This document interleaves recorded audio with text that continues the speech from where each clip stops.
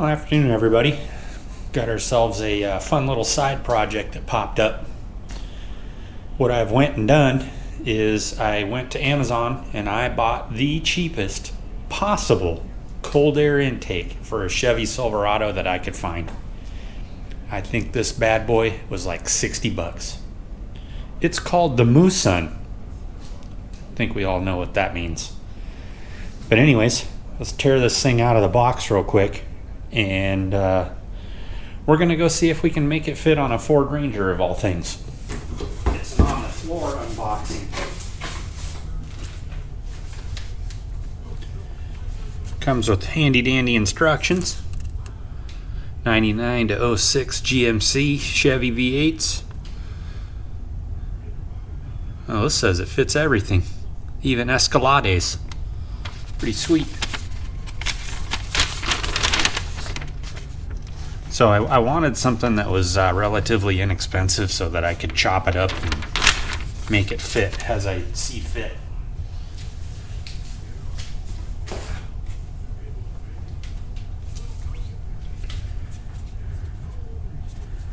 Looks like the elbow for the throttle body. Very tight, short legs, which is what I wanted, was this leg to be really short. Coupler. Kind of some weird feeling rubber. Stinky rubber. Looks like we got some edge seals for the airbox part of it.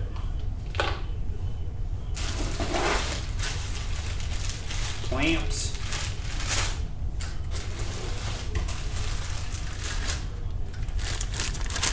Air filter.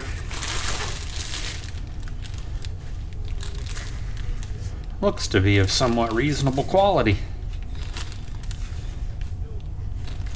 I don't see any holes in it.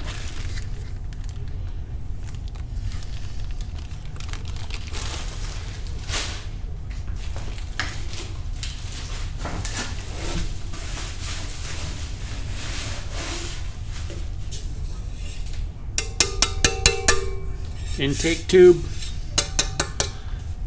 I'm probably going to be chopping on this a little bit. It is aluminum. These mounts here are probably going to be useless for my application. Looks like it's got like a black crinkle kind of textured paint on it.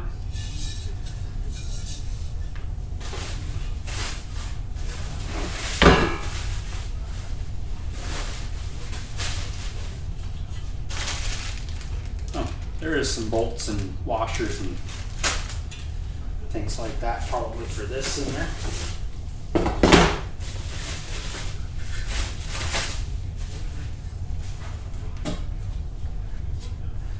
So like I said, for my application, I'll probably be chopping this up a little bit to make it fit in the Ranger. Overall, though, the quality doesn't seem too damn bad for 60 bucks. Let's take this box of doodads outside and see what we got. All right, it's the next day, working on the world's cheapest LS cold air intake, or in some cases hot air intake. See if I can prop this up here in some sort of fashion.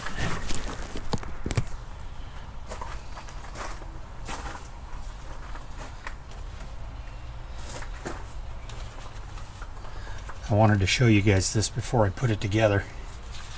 This kit actually has a pretty nice bell mouth that goes straight into the mass airflow sensor. It's basically the air filter adapter plugging into this giant cone filter. They give you a clamp for this. I'll put that on now. So I saw this in the reviews. A lot of people complained that when they got this and they went to put their mass airflow sensor into the kit, the coupler that they send with it doesn't work with the mass airflow sensor, and also the mass airflow sensor doesn't fit very good in this adapter. this piece. Okay, my battery died, so I gotta remember where I was leaving off at here. So this filter adapter doesn't fit very good on the inlet of the mass airflow sensor. I actually ended up taking the 4-inch rubber coupler that they send with the kit that's supposed to go right here and cutting it down to a strip of rubber that I could lay over the mass airflow sensor as a shim to put this on and then clamp it. It was kind of a pain to put it together, but it worked. Then I had to go to O'Reilly's and get a Spectre 3.5-inch to 4-inch coupler, which will now go onto the tube coming from the throttle body. Having to buy this just took my world's cheapest $60 cold air kit up to $80 because this was like $18.99 at O'Reilly's. This airflow sensor is actually technically like 3 3/4, but you can make the 3.5 to 4-inch work by putting it in either taking a hair dryer to it or putting it in hot water. I put it in hot water and it went right on. Dexter, come on, puppy.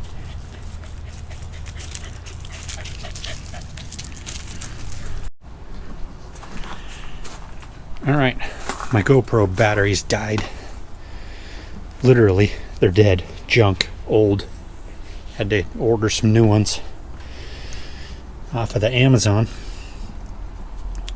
I don't know where I left off before I ran out of usable batteries, so I had to keep going on this project. The cold air part of the box turned out pretty good. I made a bracket here that ties into a stud that's already on the fender, and then I've got 2 steel inserts in the original Ford Ranger airbox mounting plate. That's what these 2 bolts are going down into. I spaced this up with a 1/2 inch off of the factory plate to lift this whole thing up so that the U-shaped weather strip is actually supporting the intake tube. I did put a couple pieces of foam down here just in case this kind of settles down a little bit.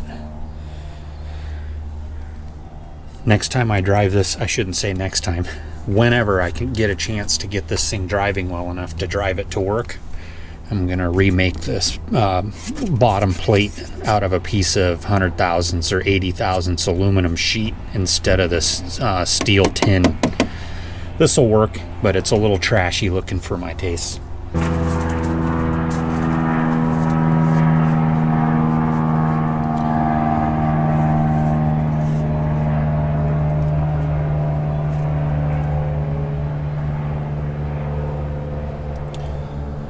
So here's our finalized intake tube assembly. I ended up having to cut off both brackets that are for the Chevy Silverado. Goddamn airplanes. I ended up having to cut off both brackets that are supposed to be for the Chevy Silverado installation. And I also had to cut, I think it was approximately 6 inches of length off of the tube. Obviously a Ford Ranger is quite a bit skinnier than a Chevy Silverado. I may have mentioned it earlier in filming that I ended up buying a 3.5 to 4-inch Spectre step coupler to make the MAF fit the 4-inch tube.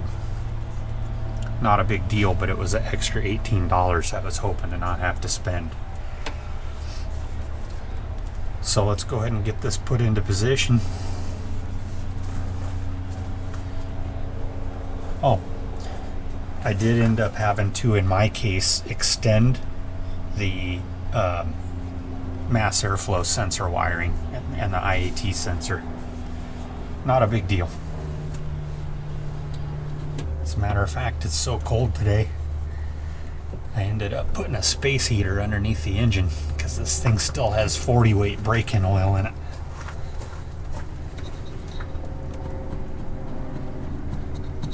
Now there's no clunking.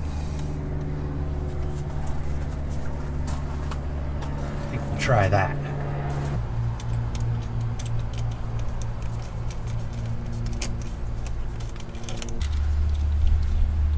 custom homemade 5-pin MAF sensor connector going into individual IAT and MAF. I like it this way so that when we're tuning in speed density, I can just unhook the MAF, even though that's not necessary. Some people prefer to do it that way, but still have the IAT sensor part of this guy reading. This Chinese standalone harness that I'm using actually comes with both connectors. 5-wire and then a separate IAT and MAF. So you have your choice.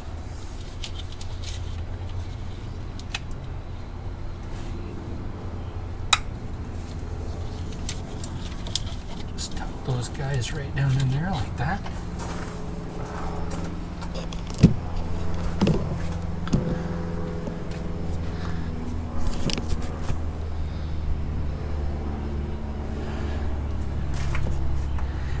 Overall, I think it turned out really good for 80 bucks.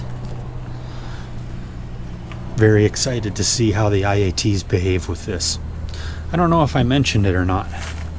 Might be a little too dark to see, but there's a rubbery plastic duct that comes in from underneath the headlight, and I cut that open some more so that it can feed as much cold air to this filter as possible. Comes in through here somewhere and probably around the headlight.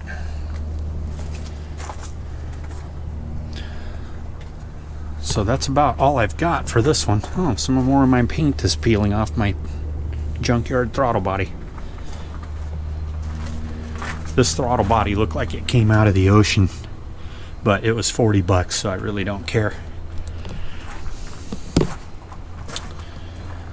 So yeah, if you have any questions on how to put a Chevy Silverado cold air kit into your LS swapped Ford Rangers, put them down in the comments below. I'll try and help out when and where I can. So we got a little update on the intake tube. Isaac and I just got done driving around the block a half a dozen times or so. And I'm going to say that the Chevy Silverado cold air kit, Amazon special, massive success. Even when we got back with a pretty good heat soak in the engine bay, IATs were still under 100 degrees. I think the highest it might have got up to was like 90. And we could get out and pop the hood open, and you could put your hand on this tube, and it was literally not cold, but not hot either. This was cold. Pretty impressed. When we were driving this thing around the other day, we were driving it without any intake on it, just open throttle body, which I don't always recommend. And we literally had the IAT sensor like zip tied in front of the throttle body just so it would function. And it was just breathing, obviously, air in off of the radiator. So the IATs were like, I think we saw the IATs as high as like 155 degrees. And it was like, okay, let's go park this thing until we can get this air intake done. Yes, I know I haven't shown any videos yet of the truck running. Those are coming, I promise. Have a little patience, and you'll be seeing some action soon enough. But thanks for tuning in. Go get yourself one of these Amazon cold air kits. But beyond that, we'll see you on the next video, which won't be too long.